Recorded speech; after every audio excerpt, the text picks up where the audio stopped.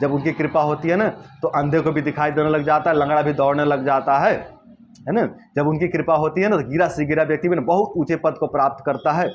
जब उनकी कृपा होती है ना तो गरीब से गरीब व्यक्ति में ना बहुत धनवान बन जाता है, क्रूप से क्रूप व्यक्ति जो रूपवान बन जाता है, सुंदर बन जाता है ना।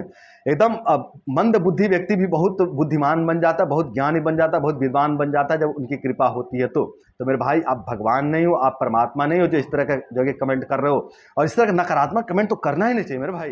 परम पिता परमात्मा के सभी अंशों को हृदय से मेरा सादर नमस्कार। प्रिय बंधुओं, एक भाई हमारे वीडियो पर कमेंट किए हैं और भाई अपने कमेंट में लिख रहे हैं कि भैया मैंने 25 साल से ब्रह्मचर्यनाश किया हूँ, तो मेरा रिकवरी कब तक होगा, क्या आप बता सकते हैं। तो भाई अपने प्रश्न में ये स्पष्ट नहीं किए हैं कि ये 25 साल से ब्रह्मचर्यनाश कर रहे हैं या फिर 25 की उम्र से ब्रह्मचर्यनाश कर रहे हैं, ऐसा कुछ ये स्पष्ट नहीं किए हैं। क्योंकि लिख रहे हैं कि 25 साल से वीर्यनाश किया हूँ, है ना। तो ऐसा कुछ स्पष्ट नहीं हो रहा है कि ये 25 के उम्र से जो है कि ब्रह्मचर्यनाश करना शुरू किए हैं कि 25 जो है कि वर्ष से ये ब्रह्मचर्यनाश कर रहे हैं, ऐसा कुछ स्पष्ट नहीं किया है ना। लेकिन एक भाई नीचे कमेंट में लिख रहे हैं कि अब तेरा कुछ नहीं हो सकता। तो पहले मैं अपने भाई के लिए बता दूं कि मेरे भाई, आप ठीक हो सकते हो, चिंता की कोई बात नहीं है। और चाहे समस्या, देखिए समस्या चाहे आपके शरीर में कितना भी उत्पन्न हुए हो, आपको परेशान होने की आवश्यकता नहीं है। चाहे कितनी भी समस्या उत्पन्न हुए हो, चाहे कितने भी उत्पन्न हुए समस्या आपके शरीर में, चाहे कितनी भी कमजोरी आ गई हो, उससे आपको परेशान होने की आवश्यकता नहीं है। आपको ना अपने नज़दीकी डॉक्टर के पास जा करके एक बार जांच वगैरह करवा लेना चाहिए आपको अपने शरीर की, है ना। यदि कुछ समस्या आती है तो उसका उपचार लीजिए और साथ ही ब्रह्मचर्य को भी आप जारी रखें। मतलब एक तो आप अपनी चिकित्सा करवाइए और अपने लाइफ स्टाइल को भी आप बेहतर बनाते चलिए। अपने जो भी आपके मतलब दिनचर्या है उसको आप बेहतर बनाइए, अपने रहन सहन को बेहतर बनाइए, अपने आचरण को आप बेहतर बनाइए। आप धीरे धीरे पूरी तरह से ठीक हो जाएंगे। और यदि आप जांच करवा चुके हैं, जांच में कुछ निकल करके नहीं आता है और शरीर में अनेक समस्याएं हैं ना, तो आपको इलाज कराने के चक्कर में नहीं भागना है। आप अपने ऊपर काम कीजिए। समस्या चाहे कितने भी आपके शरीर में उत्पन्न हो गए हों, यदि जांच में कुछ नहीं आते हैं तो आपको जो है कि बाहर इलाज खोजने की आवश्यकता नहीं है। इलाज आपके अंदर ही छुपा हुआ है। आप अपने ऊपर काम कीजिए, आप ब्रह्मचर्य का पालन कीजिए, आप अध्यात्म से जुड़ करके नाम जप का भी अभ्यास करें और अपने आप जो है कि भोजन चिंतन को आप ठीक रखें, अपने आचरण को ठीक रखें। धीरे धीरे आप पूर्ण रूप से इस कष्ट से, इस दलदल से, इस नरक से आप बाहर निकल जाएंगे। और ये सभी भाइयों के लिए है, ये किसी एक भाई के लिए मैं गाइड जो कि वीडियो नहीं बना रहा हूँ, मैं सभी भाइयों के लिए बना रहा हूँ कि यदि किसी भाई के साथ में ऐसा समस्या हो गया ना कि उनके शरीर में अनेक प्रकार के कष्ट उत्पन्न हो गए, अनेक प्रकार के रोग दोष उत्पन्न हो गए, लेकिन जांच में कुछ नहीं आते हैं, जांच करवाते हैं लेकिन जांच में कुछ निकल करके नहीं आ रहा है, तो आप परेशान ना हो, आप अपने ऊपर काम करना शुरू कर दीजिए। आप जब अपने ऊपर काम करना शुरू करेंगे ना तो आप देखेंगे कि आपके अंदर बहुत बेहतर जो है कि परिवर्तन देखने को मिल रहा है। मात्र 2 ही 3 महीने के ब्रह्मचर्य से, मात्र 2 ही 3 महीने के बेहतर दिनचर्या से ना आपके अंदर जो कि बेहतर परिवर्तन देखने को मिलने लगेगा। तो आप सभी परेशान ना हो, समस्या चाहे कितने भी उत्पन्न हो गए हों, आप अपने ऊपर काम करो मेरे भाई। ये ब्रह्मचर्य जो है ना, ये अद्भुत टॉनिक है मेरे भाइयों, अद्भुत टॉनिक है। और केवल आप ब्रह्मचर्य थोड़े ना कर रहे हो, आप अध्यात्म से जुड़ करके आप नाम जप भी कर रहे हो, आप अपनी दिनचर्या भी सही कर रहे हो। और कहीं ना कहीं जब आप ब्रह्मचर्य से जुड़ते हो ना तो आयुर्वेद के सभी नियमों से जुड़ जाते हो, है ना। और आयुर्वेद के नियम इतने तगड़े हैं, इतने ज़बरदस्त हैं ना कि आयुर्वेदिक दवाइयों से भी बढ़ करके काम करते हैं। आयुर्वेद के नियम इतने ज़बरदस्त हैं, इतने पावरफुल हैं ना कि आयुर्वेदिक दवाइयाँ या फिर कहें कि संसार के सभी दवाइयों से बेहतर ये काम कर जाते हैं। मतलब समझो किसी व्यक्ति को फैटी लिवर हो गया, मैं उदाहरण देकर आपको समझा रहा हूँ, है ना। किसी व्यक्ति को जो है कि फैटी लिवर हो गया, उसके लीवर पर फैट चढ़ गया, है ना। और वो व्यक्ति किसी पैथी से उपचार शुरू कर रहा है, चाहे वो एलोपैथी से, आयुर्वेद से, होम्योपैथी से, नेचुरोपैथी से, किसी पैथ से वो उपचार शुरू कर दिया, है ना। और आयुर्वेद के नियमों का पालन नहीं कर रहा है ना। आयुर्वेद के नियमों को जो है कि अपने जीवन में धारण नहीं कर रहा है व्यक्ति, है ना। मतलब कहने का मतलब ये है ना कि वो दूध, दही, घी, तेल वैसे ही खाए जा रहे हैं, कच्चा चाउमीन, पिज्ज़ा, बर्गर, समोसा ऐसे ही खाया जा रहा है, कचौड़ी पकौड़ी ऐसे ही खाए जा रहे हैं। तो क्या कोई दवाई उनके ऊपर बेहतर ढंग से काम करेगी? कोई दवाई उनके ऊपर बेहतर ढंग से काम नहीं करेगी और दवाई के बल पे कभी ठीक ही नहीं हो पाएंगे। चाहे वो दवाई खाते रहें, साल 2 साल, 5 साल, 10 साल खाएं, वो कभी ठीक नहीं हो पाएंगे। उनका लीवर और ख़राब होते जाएगा और नष्ट होते जाएगा और वो कभी व्यक्ति बाहर नहीं निकल पाएगा, समझ रहे हैं। लेकिन यदि व्यक्ति आयुर्वेद के नियमों का धारण कर लेता है, यदि फैटी लीवर हो गया है और आयुर्वेद के नियमों को व्यक्ति धारण कर लेता है और कहीं कोई उपचार नहीं करवाता है ना, कहीं से कोई औषधि नहीं लेता है, केवल आयुर्वेद के नियमों का पालन करने लग जाता है और आयुर्वेद के अनुसार अपना खान पान बना लेता है, तो व्यक्ति धीरे धीरे पूर्ण रूप से स्वस्थ हो जाएगा और बिना किसी दवाई का उस व्यक्ति का फैटी लिवर पूरी तरह से खत्म हो जाएगा, पूरी तरह से उसका फैटी लिवर नष्ट हो जाएगा और वो व्यक्ति धीरे धीरे पूर्ण रूप से स्वस्थ हो जाएगा। तो कहने का मतलब है ना मेरे भाइयों कि आयुर्वेद के नियम बहुत ज़बरदस्त है, बहुत ज़बरदस्त है। और आयुर्वेद के नियम का मतलब होता है ना कि इसमें आपका खान पान भी बेहतर हो जाता है। अब यदि किसी व्यक्ति को फैटी लिवर हो गया तो आयुर्वेद क्या कहता है, वहाँ पे हरे हरे सब्जियों का सेवन करो, है ना, तेल का जो है कि त्याग कर दो, है ना, मधुर स्वाद का त्याग करने के लिए कहता है आयुर्वेद। ऐसे केस में मधुर स्वाद से जो है कि परहेज करने के लिए कहता है, मतलब मिठाइयाँ ना खाओ, दूध ना खाओ, और तेल से परहेज करवाता है आयुर्वेद। और कहता है कि इसमें जो है कि लाइट खाना खाओ, है ना, सुपाच्य खाना खाओ, अग्निवर्धक खाना खाओ, ऐसे खाना खाओ जो अग्नि को बढ़ाती हो, है ना, अग्निवर्धक हो, तो ऐसे खाना खाओ। ऐसे जो है कि आप जो है कि अपनी दिनचर्या बनाओ और साथ ही आप अपने क्षमता अनुसार व्यायाम भी करो, है ना, योग करो, तो आप तो ठीक हो जाओगे ना, है ना। और जब इतना कुछ आप कर लेते हो ना तो आप बिना दवा के ठीक हो सकते हो। दरअसल ये सब कुछ मिल के आपके लिए एक महा औषधि के काम करते हैं, जो कि सभी औषधियों से बढ़ करके है, ये सब नियम है ना। तो आयुर्वेद के नियम जो है ना ये बहुत ज़बरदस्त है, बहुत ज़बरदस्त है। तो यदि आप बहुत ज़्यादा गिर चुके हैं, आप बहुत ज़्यादा टूट चुके हैं, बहुत ज़्यादा कमज़ोर हो चुके हैं, तो आयुर्वेद के नियमों को जो है कि आप अपने जीवन में धारण कीजिए। ये आयुर्वेद के नियम किसी महा औषधि से कम नहीं है और आपके लिए किसी जो है कि महा औषधि से कम साबित नहीं होंगे।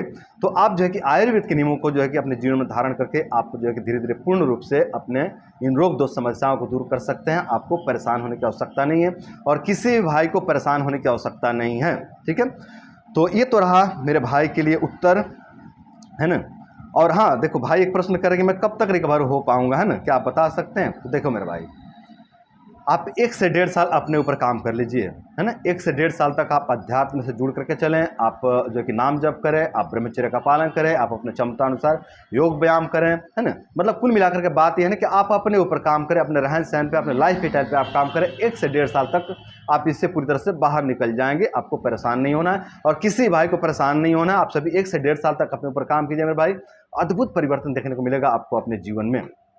अब बात करते हैं जो भाई लिख रहे हैं कि अब तेरा कुछ नहीं हो सकता, तो इस भाई से मैं पूछना चाहता हूं कि मेरे भाई क्या आप परमात्मा हैं? क्या आपके अंदर इतनी शक्ति आ गई कि आप किसी के बारे में कुछ भी भविष्यवाणी कर दें? क्या आप सबका मतलब भाग्य लिख रहे हो क्या बैठ के, जो आप जो है कि बोल रहे हो कि अब तेरा कुछ नहीं हो सकता? मैं पूछना चाहूंगा आपसे कि आप किस आधार पर बोले हो कि अब तेरा कुछ नहीं हो सकता? किस आधार पर आप बोले? मतलब किसी भी दुनिया, किसी भी पैथी में इस व्यक्ति को लेके जाकर दिखाया जाए तो क्या कोई डॉक्टर ऐसा है जो बोलेगा कि ठीक नहीं हो सकता? क्या तुमको ऐसी कोई बीमारी हो गई? क्या इनको कोई ऐसी बीमारी हो गई है? कोई डॉक्टर बोलेंगे कि तुम ठीक नहीं हो सकते? जब कोई डॉक्टर ऐसा नहीं बोल सकता, है ना, तो आप किस आधार पर ऐसा बात कर रहे हो कि अब तेरा कुछ नहीं हो सकता? मेरे भाई, आप परमात्मा नहीं हो। इस तरह से किसी के बारे में गलत भविष्यवाणी ना करो। और ये भविष्यवाणी नहीं है, घोर मूर्खता है, घोर मूर्खता है और आप ये मूर्खता कर रहे हो। और आगे से ऐसा मूर्खता किसी भाई के साथ मत करना, किसी भी रोगी पीड़ित दुखी भाई के साथ में ऐसी मूर्खता मत करना मेरे भाई। ये आप बहुत गलत कर रहे हो, बहुत गलत कर रहे हो। इससे किसी का मनोबल टूट सकता है और व्यक्ति गलत कदम उठा सकता है, अपने जीवन को नाश कर सकता है। ऐसे टिप्पणी से ना व्यक्ति पहले से टूटा होता है, एक तो व्यक्ति पहले से गिरा होता है, पहले से उसका मनोबल एकदम नीचे की जो है कि तरफ बढ़ा होता है ना, मतलब एकदम नीचे गिरा होता है उसका मनोबल। ऊपर से इस तरह का टिप्पणी व्यक्ति कैसे सहन करेगा? यदि दुर्बल मन वाला हो, यदि कमजोर मन वाला हो, कमजोर दिमाग वाला हो, कमजोर जो है कि शरीर वाला हो, तो व्यक्ति अपने आप को खत्म करने के लिए सोचने लगेगा ना आपके कमेंट के आधार पर, है ना, आपके कमेंट को पढ़ने के बाद। तो मेरे भाइयों, आप सभी से हाथ जोड़ करके विनती है कि ऐसा नकारात्मक कमेंट ना करें। आप परमात्मा नहीं हो, आप नहीं बता सकते कब किसका भाग्य बदल जाए, किस तरह से बदल जाए। जब उनकी कृपा होती है ना, उस परम शक्ति की जब कृपा होती है ना, तो कुरूप से कुरूप व्यक्ति भी रूपवान बन जाता है, गुलाब जैसा जो है कि खिल जाता है। कुरूप से कुरूप व्यक्ति भी गुलाब के भांति जो है खिल जाता है, चमकने लग जाता है, महकने लग जाता है, चहकने लग जाता है। तो कुरूप से कुरूप व्यक्ति भी जो कि रूपवान बन जाता है ना, एकदम सुंदर बन जाता है, एकदम कमल के भांति खिल जाता है जब उनकी कृपा होती है तो, है ना। और ये नहीं कह सकते कि कब किसके ऊपर उनकी कृपा हो जाए, नहीं कहा जा सकता। कभी भी किसी के ऊपर भी उनकी कृपा हो जाती है। और आप देख सकते हैं, समाज में से देख सकते हैं कि व्यक्ति बहुत गिरा हुआ व्यक्ति था, बहुत मतलब दिमाग से गिरा हुआ था, शरीर से गिरा हुआ था, मन से गिरा हुआ था। वो व्यक्ति बहुत चमक गया, बहुत आगे चला गया अपने जीवन में, है ना। छोटा सा उसके जीवन में कोई टर्न आया, कोई मोड़ आया और वहां से पूरा जीवन ही उसकी रूपांतरित हो गए। तो ये उनकी कृपा है। और आप परमात्मा नहीं हो कि ऐसी टिप्पणी करो कि अब तेरा कुछ नहीं हो सकता। मेरे भाई, ऐसी मूर्खता ना करो। जीवन में कभी भी किसी के साथ भी बेहतर हो सकता है, कभी भी किसी का भी जीवन बदल सकता है। अभी मैं थोड़े दिन पहले, मुझे लगता है कि 4 महीना 3 महीना पहले मैं एक वीडियो देख रहा था, काफ़ी वो वायरल हुआ था वीडियो। कोई लेडीज़ थी, है ना, वो शायद डॉक्टर उनको मृत घोषित कर दिए थे, है ना। शायद ब्रेन डेड हुआ था क्या, सब पूरा मुझे जानकारी नहीं, कभी 4 महीना हो गया, मैं ज़्यादा ध्यान तो नहीं दिया, बट इतना मैं ध्यान दिया कि वो व्यक्ति को जो है कि मृत घोषित कर दिया गया था, उस स्त्री को मृत घोषित कर दिया गया था, और उसको शायद अंतिम संस्कार के लिए या फिर घर के लिए उनको जो है कि लेके जा रहे थे, है ना, एम्बुलेंस में। तो आपको भी ये जो है कि पता होगा ये कहानी, है ना, और अभी ये 4 महीना पहले की घटना है।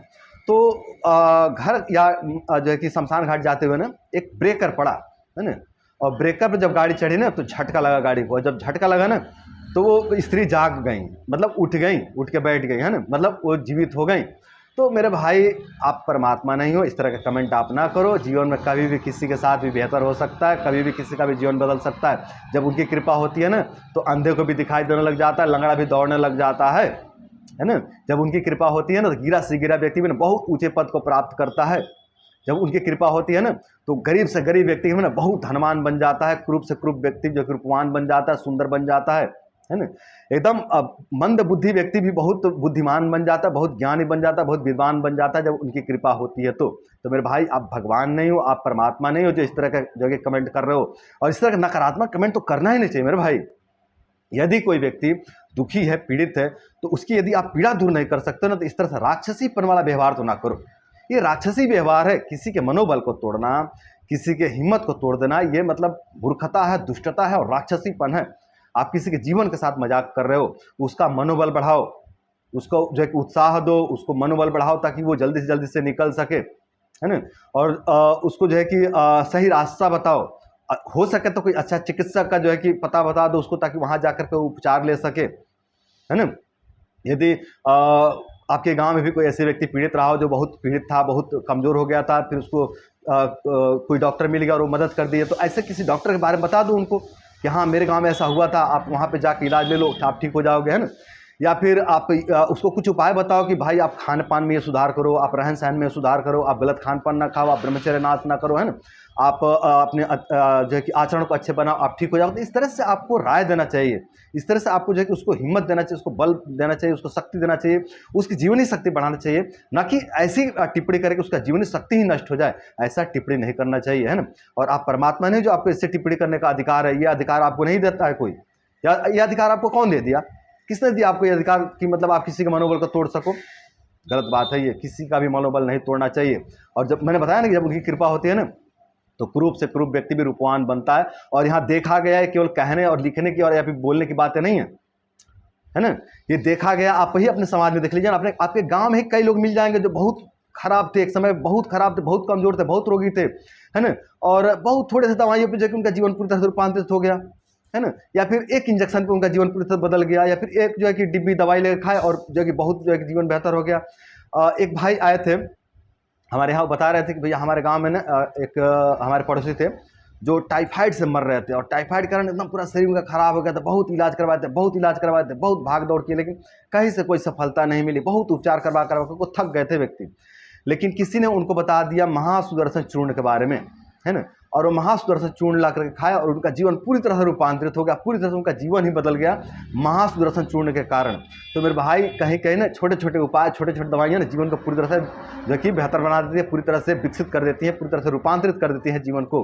तो कभी भी कहीं भी जीवन रूपांतरित हो सकता है मेरे भाइयों।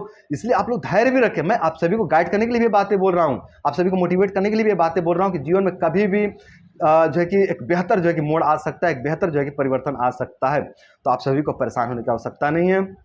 और कोई भी भाई कभी भी किसी पर गलत टिप्पणी ना करे, कभी भी किसी का भी जीवन बदल सकता है, किसी का भी जीवन रूपांतरित हो सकता है।